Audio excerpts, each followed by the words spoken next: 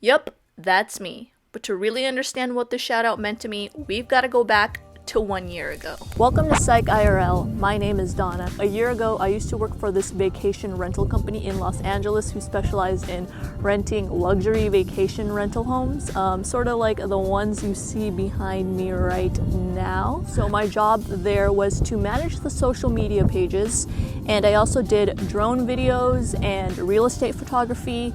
But my goal for that was someone of importance to see my videos, and hopefully that it would lead me somewhere. Okay, weird angle. One January evening when it was very cold, and I had to film a video for this woman who lived near Taylor Swift. Yes, the Taylor Swift. Now, I don't really know what kind of connection she had with Taylor Swift, but again, my goal was to get my video in front of the eyes of some important people.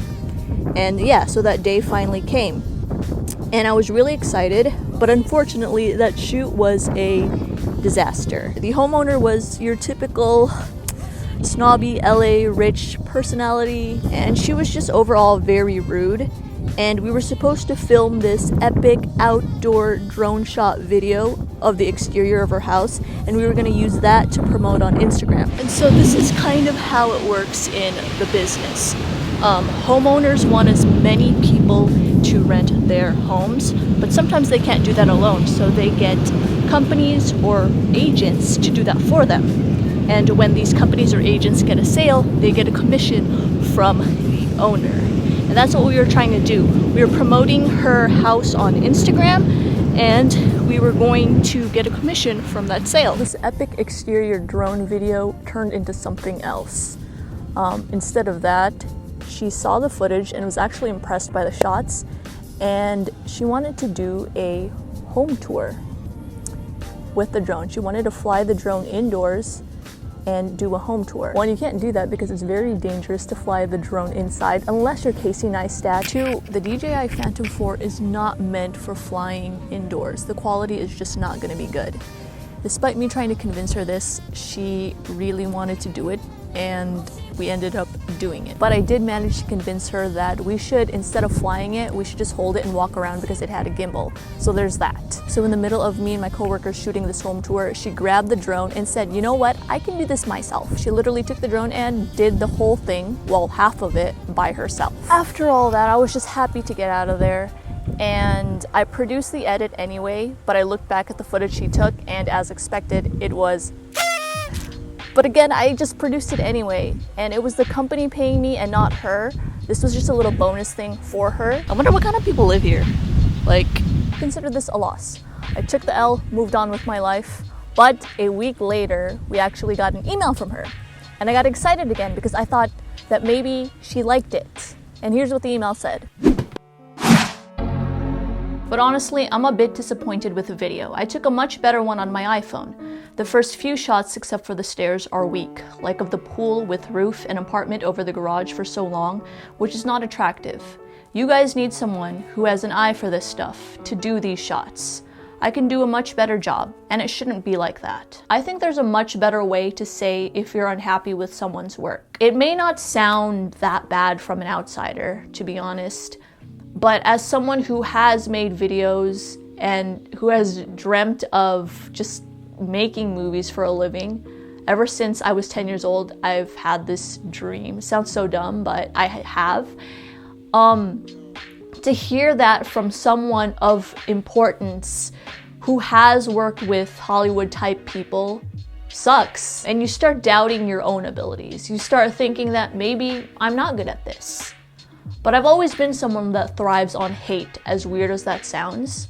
I've always taken the hate and used that as motivation to be better. So now this part of the email is taped to my closet, and it motivates me every single day to make better content. It's kind of like, one day I'm gonna buy the house that's right next to yours that's bigger, and then I'm gonna throw eggs at your house. Not really, but you kind of get the motivation I'm getting at. But I continued playing the YouTube game, and in the YouTube game, you have to evoke some sort of emotion, and the easiest one to evoke is anger. It's why drama channels and news channels do so well. They expose some sort of problem.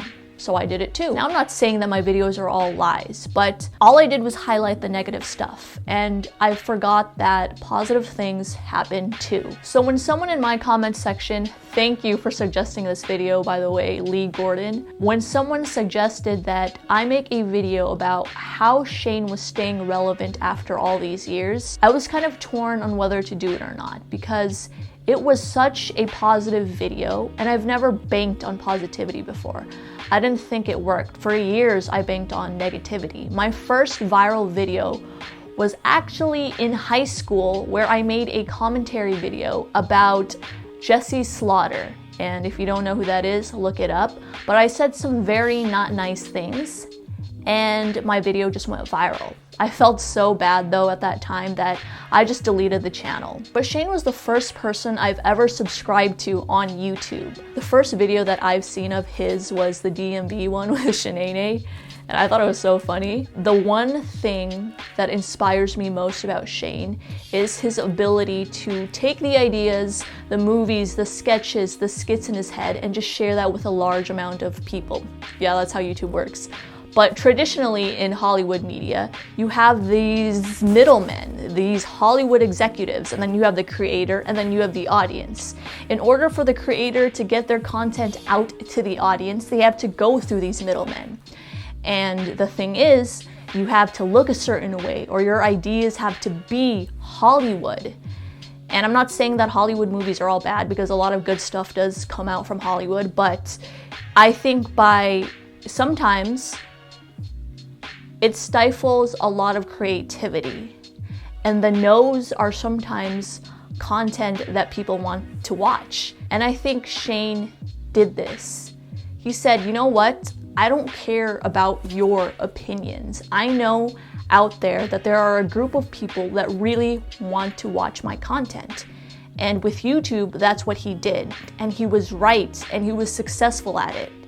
And that was the number one thing that has inspired me. It was kind of off-brand for me to post a positive title, but I did it anyways. And at that time, I had about 14,000 subscribers and averaged about 1,000 views in under 24 hours. And surprisingly, the video did pretty well because it hit 3,000 views in under 24 hours. So I was just very excited and happy about that. But by 10 p.m., my phone started vibrating like crazy, and I ignored it because I thought it was my sister just sending me dumb memes over and over again, like she usually does. And something triggered me to check my phone, and so I did. And I was so confused because I was seeing comments from people saying, girl, check your video because Shane just saw it. And I had no idea what they're talking about, but I'm checking my Twitter and it's saying that Shane Dawson follows you on Twitter, and I'm freaking the f out because it's so confusing and it's so unreal. But I'm looking at my real-time YouTube views, and I've never seen them do that before. And I go to Shane's profile on YouTube and I'm checking the community tab, and I read this. I tend to only look at hate comments and only watch hate videos because I rarely want to focus on anything positive about myself. But someone sent me this today, and it was the first time I watched something about myself that made me cry in a good way. This girl put a lot of time and work into making this video, and I want to share it with you guys because her words meant a lot to me. Thank you guys for accepting my apologies when I've messed up, for letting me make different types of videos, and for helping me not feel so bad about myself. I appreciate you so much. Now go check out her channel because she is doing something really cool and different and deserves more people to see it. My sister thinks I'm dying because I'm literally screaming, literally being used literally the right way. But the most ironic thing about this whole thing was, prior to me making this video, I made a video saying that I'm not meat enough, and possibly this is the reason why my YouTube channel isn't growing. But me making this positive video has grown my channel more than the negative videos put together. I'm not saying that I'm never gonna make a negative video again, because I know negative things do happen and that should be highlighted. But again, you have to highlight the positive as well. The hardest emotion to evoke, in my opinion, is inspiration and motivation. So not a lot of people even try. I think Roberto Blake said this, but a lot of small creators are discouraged because they only get 100 views per video. But it only takes one view from the right person to really turn things around. And if you're able to inspire or motivate them, then you too could get a shout out from Shane Dawson. No, but to evoke that emotion in someone is so powerful because it had this whole butterfly effect that I didn't even expect. A lot of people started sharing how Shane Dawson has helped them, whether it just be an escape for 5 minutes from their home life, their family life, but that really was something that I did not expect. And it's so weird because I was told by someone of importance that my content wasn't good enough, but then a year later, Shane Dawson, someone who was not only successful in YouTube, but in other formats of media as well, someone who has inspired me, told not only me, but his fans that he was moved by my content, and I was given a shout out and everything and all that. And like, numbers aside, subscribers aside, yeah, that's cool and all, but like, after being told that your content sucks by someone of status, and then hearing from Shane Dawson that, no, your content is good, that feeling is so irreplaceable. And for that, I'm forever grateful. No!